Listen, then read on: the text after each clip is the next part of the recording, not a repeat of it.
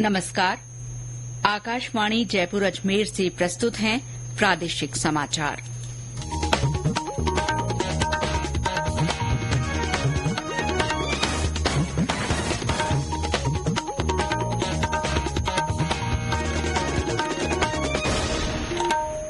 मुख्य समाचार।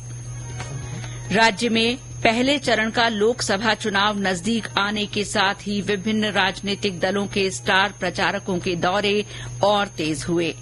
प्रदेश में निर्वाचन विभाग ने सुविधा पोर्टल के जरिए राजनीतिक दलों और उम्मीदवारों को विभिन्न मंजूरी जारी करने की प्रक्रिया को सरल किया। चैत्र नवरात्र आज घट स्थापना के साथ शुरू।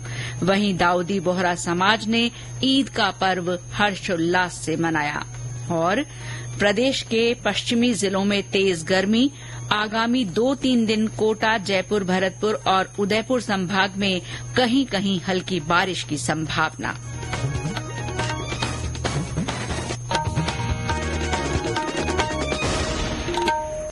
समाचारों के साथ मैं शीला चावला और अब समाचार विस्तार से। राज्य में पहले चरण का लोकसभा चुनाव नजदीक आने के साथ ही विभिन्न राजनीतिक दलों के स्टार प्रचारकों के दौरे तेज हो गए हैं। मुख्यमंत्री भजनलाल शर्मा ने आज जयपुर, सांगानेर में रोड शो कर पार्टी प्रत्याशी के लिए समर्थन देने की अपील की। उप मुख्यमंत्री प्रेमचंद बैरवा ने बाड़मेर और बालोतरा में प्रबुद्ध जन सम्मेलन को संबोधित किया। भाजपा नेता किरोड़ीलाल मीणा ने जयपुर ग्रामीण लोकसभा क्षेत्र में जमवार रामगढ़ विधानसभा क्षेत्र के पार्टी प्रत्याशी के पक्ष में समर्थन जुटाया। दूसरी ओर कांग्रेस के प्रदेश अध्यक्ष गोविंद सिंह डोटासरा ने सीकर के लक्ष्मणगढ़ में गठबंधन प्रत्याशी अमरा राम के समर्थन में जनसंपर्क किया। पूर्व मुख्यमंत्री अशोक गहलोत ने आज रानीवाड़ा में कार्यकर्ता सम्मेलन को संबोधित किया। कांग्रेस की ओर से पूर्व उप मुख्यमंत्री सचिन पायलट ने भरतपुर लोकसभा क्षेत्र के खोह में चुनावी सभा को संबोधित किया। इस दौरान उन्होंने कहा कि कांग्रेस पार्टी सालों से देश की सेवा कर रही है, लेकिन कांग्रेस ने कभी भी प्रतिशोध की राजनीति नहीं की।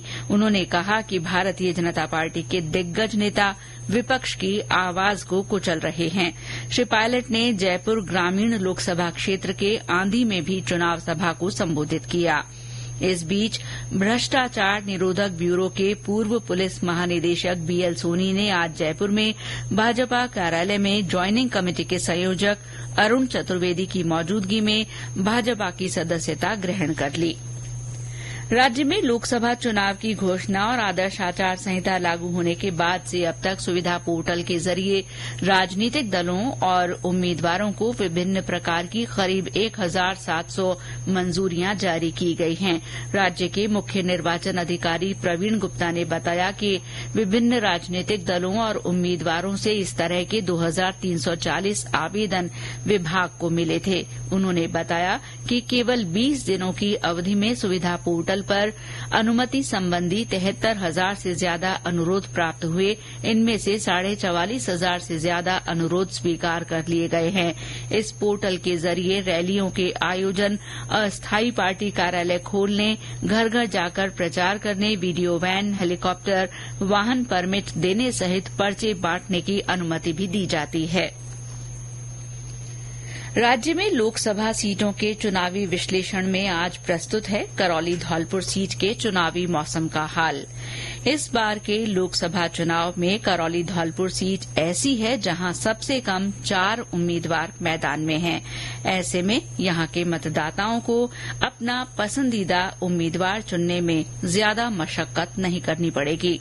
और ब्यौरा हमारे संवाददाता से। करौली जिले का गठन 19 जुलाई 1997 को राज्य के 32वें जिले के रूप में हुआ था। साल 2008 के परसीमन के बाद अस्तित्व में आई अनुसूचित जाति के लिए आरक्षित सीट पहले बयाना लोकसभा सीट के अंतर्गत आती थी। 1962 में हुए पहले आम चुनाव में इस सीट पर निर्दलीय उम्मीदवार टीकाराम पालीवाल ने जीत दर्ज की। वहीं 1967, 71 और 80 में कांग्रेस के दिग्गज नेता रहे जगन्नाथ पाड़िया यहां से 3 बार चुनाव जीतकर लोकसभा पहुंचे। 2009 के पहले संसदीय चुनाव में यहां कांग्रेस के खिलाड़ीलाल बैरवा चुनाव जीतकर संसद पहुंचे थे, लेकिन 2014 के चुनाव में यहां भाजपा का कब्जा हो गया और डॉक्टर मनोज मनोज राजौरिया यहां से सांसद चुने गए। उन्होंने कांग्रेस के लखीराम बैरवा को हराया। 2019 के आम चुनाव में दूसरी बार डॉक्टर मनोज राजौरिया ने फिर बाजी मारी। वहीं इस बार के आम चुनाव में भाजपा ने डॉक्टर मनोज राजौरिया का टिकट काटकर इंदु कुमारी जाटव को अपना उम्मीदवार बनाया है। वहीं कांग्रेस ने पूर्व मंत्री भजनलाल जाटव को मैदान में उतारा है। इसके अलावा बसपा के विक्रम सिंह ने चुनाव को रोचक बना दिया है। फिर भी मुख्य मुकाबला कांग्रेस और भाजपा के बीच माना जा रहा है। लोकसभा क्षेत्र में विकास का मुद्दा गौण दिखाई पड़ता है। यहाँ जातिवाद और दलगत राजनीति का असर प्रभावी है। लोकसभा क्षेत्र में कुल 19,71,000 से अधिक मतदाता हैं, जिसमें से 10,61,000 से अधिक पुरुष और 9,09,000 से अधिक महिला मतदाता अपने मताधिकार का प्रयोग कर लोकसभा क्षेत्र का सांसद तय करेंगे। बांकेबिहारी शर्मा, आकाशवाणी समाचार, करौली। राज्य में लोकसभा चुनाव में मतदान प्रतिशत बढ़ाने के लिए आज नवरात्रि मेलों में भी जागरूकता कार्यक्रम हुए। हनुमानगढ़ में भद्रकाली मेले में लोकसभा चुनाव के मद्देनजर मतदाताओं को जागरूक करने के लिए विशेष स्टॉल लगाई गई, जिसमें सी विजिल सक्षम ऐप के बारे में जानकारी दी जा रही है। पाली के मुख्य सराफा बाजार में नवरात्रि पर लड़कियां देवियों के वेश में अपने हाथ में मतदाता जागरूकता का संदेश लेकर नागरिकों को जागरूक कर रही हैं। वहीं रेड क्रॉस द्वारा मतदाता जागरूकता के पोस्टर का विमोचन किया गया। साथ ही सोमनाथ मंदिर के पास फूलों से मतदान करो संदेश लिखा गया। बांसवाड़ा जिले की बागीदौरा पंचायत समिति की बारी गामा ग्राम पंचायत में आयोजित घोटिया आंबा मेले में स्वीप कार्यक्रम के तहत लोक कलाकारों ने सांस्कृतिक कार्यक्रम के माध्यम से मतदाताओं को जागरूक किया। मेलार्थियों को इस दौरान 100% मतदान की शपथ भी दिलाई गई। सवाई माधोपुर में राजकीय उच्च प्राथमिक विद्यालय खेरदा के विद्यार्थियों ने गुर्जर मोहल्ला में रैली निकालकर जागरूकता का संदेश दिया। इस मौके पर मतदाताओं के लिए शपथ ग्रहण कार्यक्रम आयोजित किया गया। सरहदी जिले जैसलमेर में मतदान 75 से 80% तक करने के लिए जिला प्रशासन की अहम बैठक का आयोजन किया गया। बैठक में चिन्हित किए गए 15 शहरी मतदान केन्द्रों पर मत प्रतिशत बढ़ाने पर चर्चा की गई। टोंक में मतदाता जागरूकता संवाद और कार्यशाला हुई। इसके अलावा जिला कलेक्टर सौम्या झा ने सभी को मतदान करने की शपथ दिलाई। शाहपुरा जिले में लोकसभा चुनाव में 100% मतदान और मतदाता जागरूकता को लेकर सहायक रिटर्निंग अधिकारी निर्मा बिश्नोई ने बीएलओ और सुपरवाइजर को ग्रामीणों से चर्चा कर उन्हें मतदान के लिए प्रेरित करने का संदेश दिया। लोकसभा चुनाव के मद्देनजर आकाशवाणी समाचार जयपुर की ओर से मतदाता जागरूकता के लिए संदेश श्रृंखला चलाई जा रही है। इसमें श्रोता संदेश भेजकर आमजन को वोट डालने के लिए प्रेरित कर सकते हैं। श्रोता अपने संदेश रिकॉर्ड कर या टाइप कर व्हाट्सएप नंबर 9414052368 पर भेज सकते हैं। चुनिंदा संदेशों को समाचार बुलेटिनों में स्थान दिया जाएगा। इसी कड़ी में आज सुनिए श्रीगंगानगर के श्रोता का संदेश। नमस्कार मित्रों, मैं राजस्थान के श्री गंगानगर जिले से आदित्य सोलंकी। मित्रों, पूरे 5 वर्षों तक राजनीतिक दलों के कार्यों की प्रशंसा और आलोचना करना, परंतु चुनाव में भाग न लेना, ये कहाँ की समझदारी। अतः मेरा आपसे नम्र निवेदन है कि लोकतंत्र के इस पर्व में भाग अवश्य लें तथा मतदान अनिवार्य रूप से करें। ये समाचार आकाशवाणी जयपुर अजमेर से प्रसारित किए जा रहे हैं। विभिन्न धार्मिक अनुष्ठानों के साथ आज से चैत्र नवरात्र शुरू हो गए हैं। घरों और मंदिरों में दोपहर 12 बजे के बाद घट स्थापना की गई। 9 दिन तक चलने वाले नवरात्र के दौरान मां दुर्गा के विभिन्न स्वरूपों की पूजा अर्चना की जाएगी। राजधानी जयपुर में आमेर स्थित शिला माता मंदिर में घट स्थापना के साथ ही धार्मिक अनुष्ठान शुरू हो गए हैं। बालोतरा में नवरात्र को लेकर देवी मंदिरों में पूजा अर्चना की जा रही है। आज से ही हिंदू नववर्ष नव संवत्सर भी शुरू हुआ। हिंदू नववर्ष को लेकर विभिन्न स्थानों पर लोगों का तिलक लगाकर स्वागत किया गया। जैसलमेर में महिलाओं ने शहर के विभिन्न स्थानों पर रंगोली बनाकर नववर्ष का स्वागत किया। वहीं शहर के मुख्य बाजार में शोभा यात्रा निकाली गई। बूंदी जिले के इंदरगढ़ की बीजासन माता मंदिर, सथूर की रक्त दंतिका और अन्य देवी मंदिरों सहित घर घर में घट स्थापना की गई। इस मौके पर बीकानेर में प्रमुख चौराहों को सजाया गया है। बांसवाड़ा के शक्तिपीठ मां त्रिपुर सुंदरी मंदिर में सुबह से ही श्रद्धालुओं का तांता लगा हुआ है। वहीं करौली के कैला देवी मंदिर में भी अनुष्ठान और पूजा अर्चना की जा रही है। कैला देवी मेले में बड़ी संख्या में श्रद्धालु पहुंच रहे हैं। हनुमानगढ़ में 9 दिन का भद्रकाली मेला भी आज से शुरू हुआ। मेले में सुबह से श्रद्धालुओं का तांता लगा हुआ है। झालावाड़ जिले के झालरापाटन, सुनेल, अकलेरा, चौमेला और खानपुर में रहने वाले दाऊदी शिया बोहरा समुदाय ने आज ईद का त्यौहार हर्षोल्लास से मनाया। पवित्र रमजान महीने की समाप्ति के बाद आज सुबह बुरहानी मस्जिदों में आमिल साहब ने बोहरा समुदाय के लोगों को ईद की नमाज अदा करवाई और ईद की मुबारकबाद दी। बोहरा समुदाय के बुजुर्गों, पुरुषों, महिलाओं और बच्चों ने भी एक दूसरे को ईद की बधाई दी और मिठाइयां बांटी।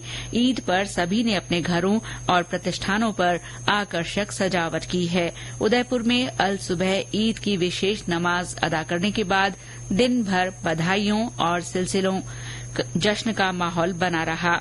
दाऊदी बोहरा जमात के प्रवक्ता मंसूर अली ओडावाला ने बताया कि रसूलपुरा, वजीपुरा, मोयदपुरा, चमनपुरा, खारुल कॉलोनी, पुला, खानपुरा, खांजी पीर में ईद उल फित्र की नमाज के बाद देश में अमन, चैन और खुशहाली की दुआ की गई।